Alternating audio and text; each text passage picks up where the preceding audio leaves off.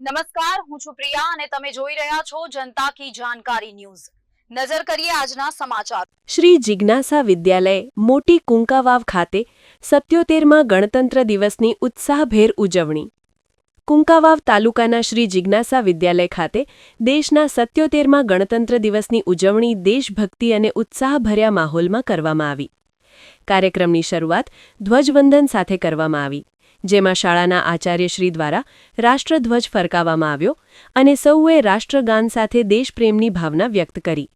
આ અવસરે વિદ્યાર્થીઓ દ્વારા દેશભક્તિ ગીતો, નૃત્ય, કાવ્યપાઠ તથા ભાષણ જેવી વિવિધ સાંસ્કૃતિક રજૂઆતો કરવામાં આવી, જેમાં ભારતના સ્વતંત્રતા સેનાનીઓના બલિદાન અને બંધારણના મહત્વને ઉજાગર કરવામાં આવ્યું।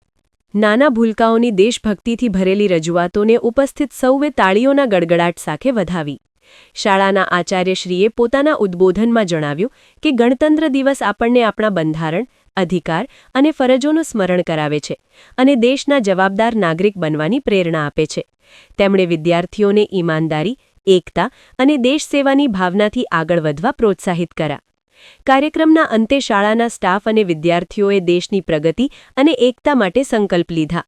સમગ્ર કાર્યક્રમ સુવ્યવસ્થિત રીતે સંપન્ન થયો અને હાજર સૌએ આનંદ તથા ગૌરવની લાગણી અનુભવી। અહેવાલ રસિક વેગડા।